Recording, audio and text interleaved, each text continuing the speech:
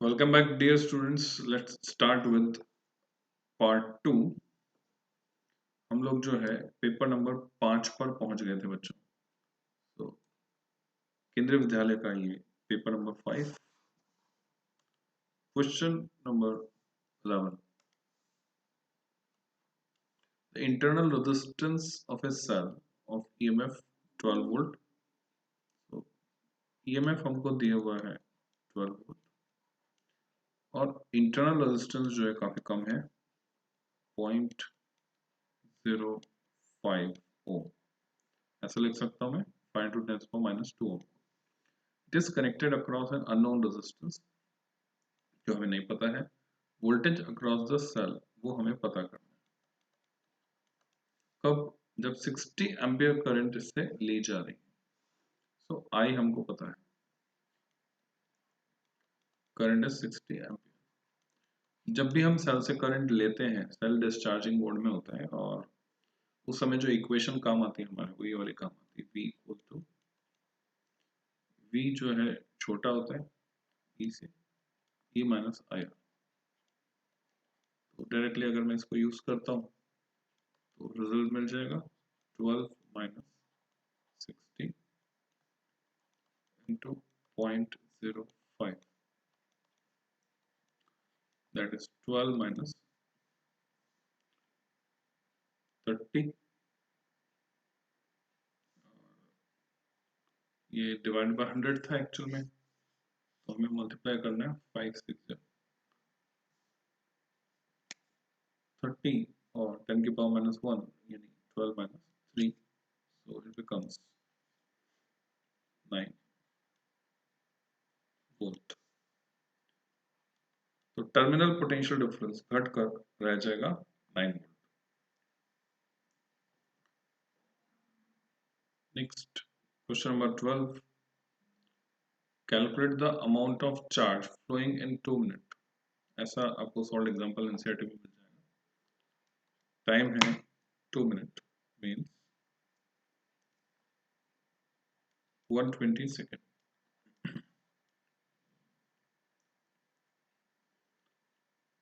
Resistance आपको दिया है 10 ओम। पोटेंशियल डिफरेंस जो हम लगा रहे हैं वो है 20 वोल्ट। तो पहले हम करंट निकाल लेते हैं। I equal to V upon R, पहला फॉर्मूला जो आपके काम आ रहा है, so it is 20 upon 10, 2 ampere. अब हम जानते हैं कि अगर चार्ज जो फ्लो हो रहा है वो Q है, तो I होगा Q बाई T और Q होगा IT। That means 2 ampere into the time 120, it becomes 240 coulomb. तो 2 मिनट के समय में इतना चार्ज फ्लो हो जाएगा। Now the question number 13, the magnetic field lines inside a bar magnet। Bar magnet के अंदर मैग्नेटिक फील्ड लाइंस बाहर जाती नॉर्थ से साउथ, अंदर जाती साउथ से north. are from north pole to south pole of the magnet are from south pole to north pole of the magnet. So option A is correct. 14th question, the core of a transformer is laminated। Lamination क्यों करते हैं हम? परतदार हम उसको बना देते हैं transformer के जो क्रोड है उसको, जिससे कि एडी करंट लॉस कम हो जाए, reduce energy loss due to eddy current. Eddy current के सर्किट ब्रेक हो जाते हैं ऐसा करने से। At a place the angle of dip आपको दिया हुआ 30 डिग्री है, डेल्टा मान लो, थीटा मान लो। अगर हॉरिजॉन्टल कंपोनेंट H है तो टोटल फील्ड इंटेंसिटी क्या होगी? तो हमें पता है कि टोटल फील्ड इंटेंसिटी अगर B है तो इसका जो कंपोनेंट होता है PE cos थीटा वो H के बराबर होता है। तो अगर मैं ये फॉर्मूला यूज करता हूँ तो H के टर्म्स में मुझे आंसर मिल जाता है B equal to h upon cos 30 degree, and you know that cos 30 degree होता है √3/2, तो ये हो जाएगा 2h upon √3. So correct option is B. Question number 16. The temperature, वो तापमान कितना होगा जिस पर at which resistance of a copper wire, किसी तांबे के तार का प्रतिरोध will become 3 times of its value at 0 degree centigrade. RT becomes 3 times R0, ऐसा दिया. टेम्परेचर कोफिशिएंट आपको उसकी वैल्यू दी 4 × 10⁻³ पर डिग्री सेंटीग्रेड. मैंने सीधे फॉर्मूला यूज किया RT equal to R0 times 1 plus alpha delta T. अब क्योंकि R0 हमें पता है 0 डिग्री सेंटीग्रेड, तो डेल्टा टी एक्चुअल में और कुछ नहीं हो जाएगा टी, जो कि हमें पता करना है. सीधे डिग्री सेंटीग्रेड में ही निकलेगा. डिग्री सेंटीग्रेड में हम इसमें वैल्यू रखेंगे. तो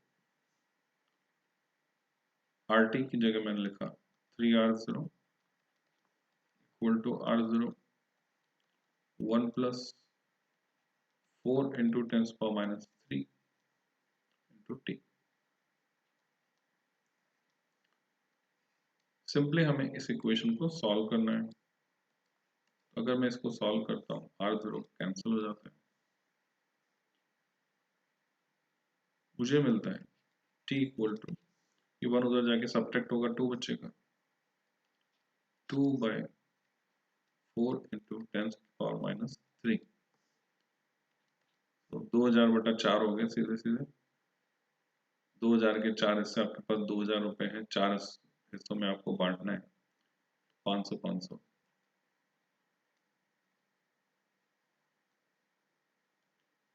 500 डिग्री सेंटीग्रेड.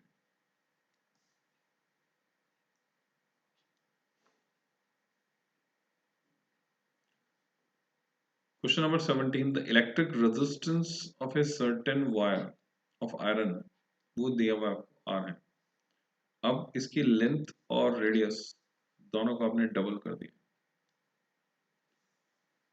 तो हमें पता है कि स्पेसिफिक रेजिस्टेंस का कुछ नहीं होता, और जो रेजिस्टेंस है उसका फॉर्मूला आप जानते हैं, रॉ L अपॉन E.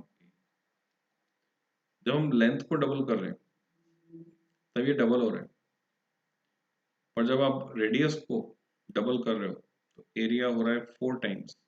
तो नीचे का 2 का फैक्टर एक्स्ट्रा आ रहा है, तो रेजिस्टेंस जो है वो तो हो जाएगा आपका आधा, और स्पेसिफिक रेजिस्टेंस यानी रेजिस्टिविटी रहेगी अनचेंज, क्योंकि वो मटेरियल प्रॉपर्टी सिर्फ टेम्परेचर और नेचर ऑफ मटेरियल पर डिपेंड करती है.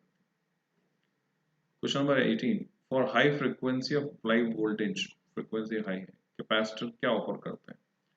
बच्चों डीसी के लिए इनफाइनाइट रेजिस्टेंस, उससे आपको समझ जाना चाहिए कि जैसे जैसे फ्रीक्वेंसी बढ़ती जाएगी इसका रेजिस्टेंस कम हो जाएगा. तो लेस रिएक्टेंस ये भी कह सकते हैं हम, क्योंकि उसका अपोजिशन कम हो जाएगा.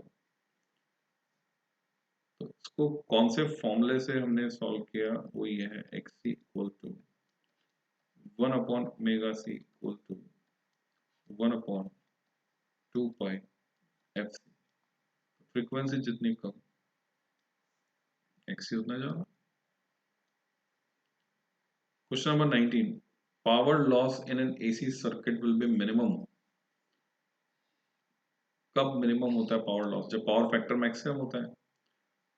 तो power factor directly reduce syllabus का पार्ट है, मतलब आपके सिलेबस में डायरेक्टली नहीं है, और इनडायरेक्टली यहाँ दिख रहा है हमको.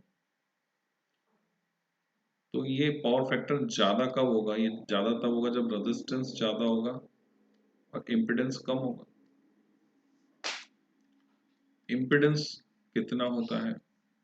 √r² plus difference of XL and XC का स्क्वायर.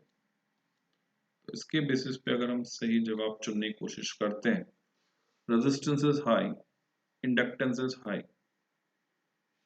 इंडक्टेंस के हाई या लो होने से यहाँ पर फर्क नहीं पड़ रहा, इससे फर्क पड़ रहा है Z कम कब होगा।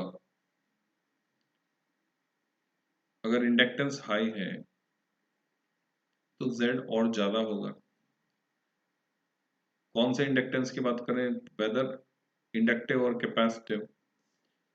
अब इंडक्टेंस लिख रहा है यहाँ पे, इंडक्टेंस तो यहाँ है ही नहीं। इंडक्टर तो है इनबिल्ट इनसाइड एक्सेल 2πfl, ये है इंडक्टेंस।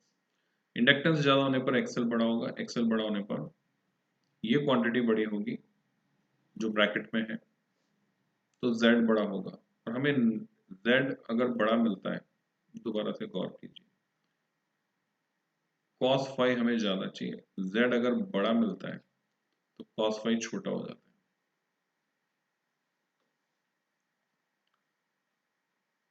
सो इंडक्टेंस लो होना चाहिए और रेजिस्टेंस हाई होना चाहिए। B should be the answer.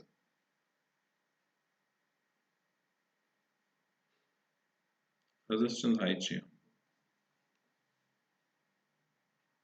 Correct option is B. मैं वेरीफाई कर देता हूँ। 19th का आंसर यहाँ पर दिया है D. So let's criticise it, check it again. D के हिसाब से resistance is low, inductance is high.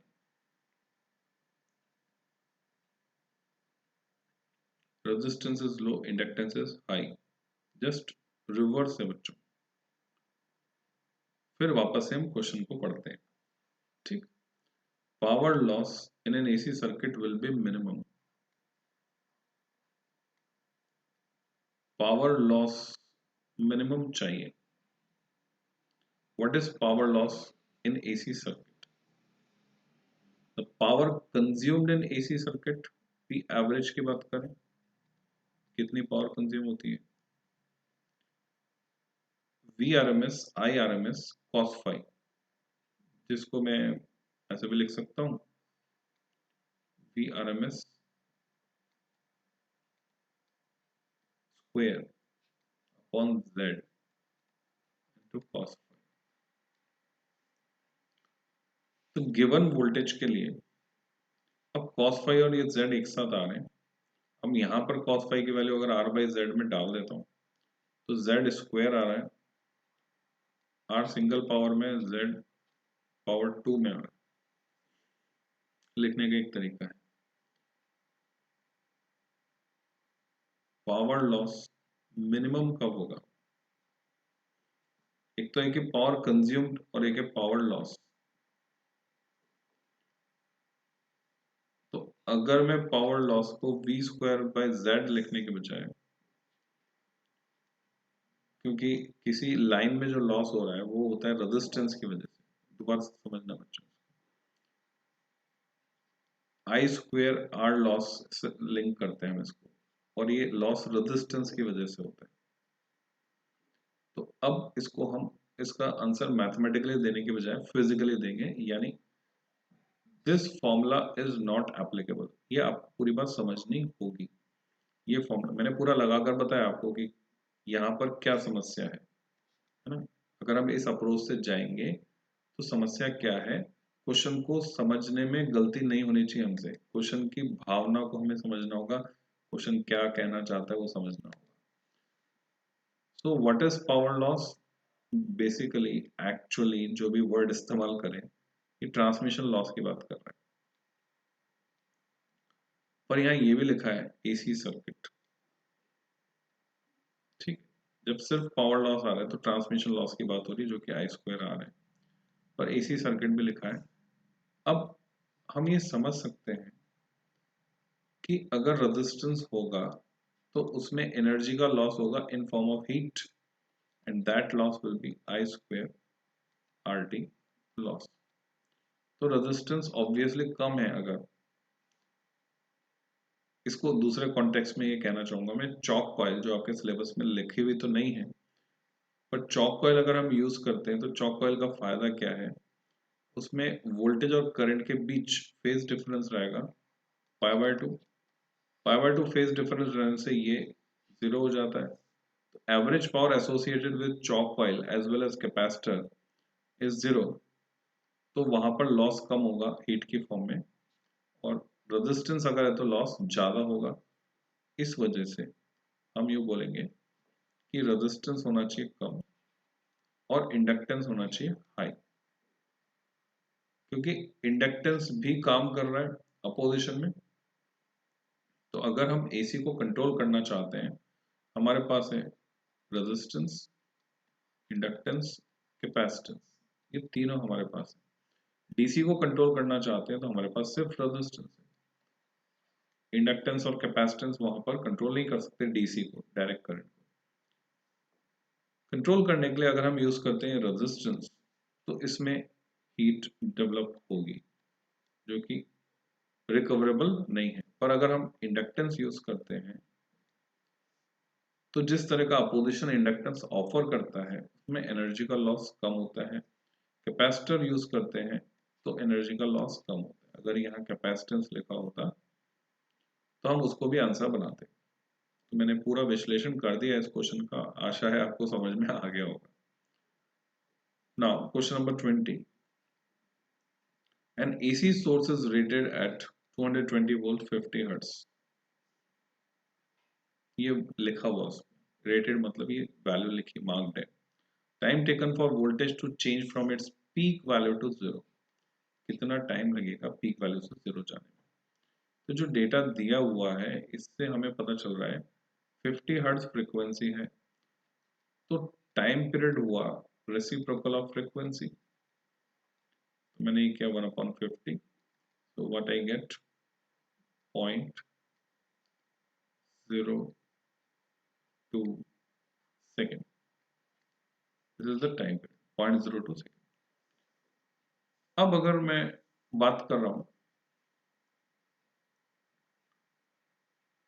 Peak value से 0 जाने में कितना समय लगता है, वेरिएशन हम साइनोसॉइडल भी ले सकते हैं, कोसाइन फंक्शन भी ले सकते हैं, व्हाटएवर।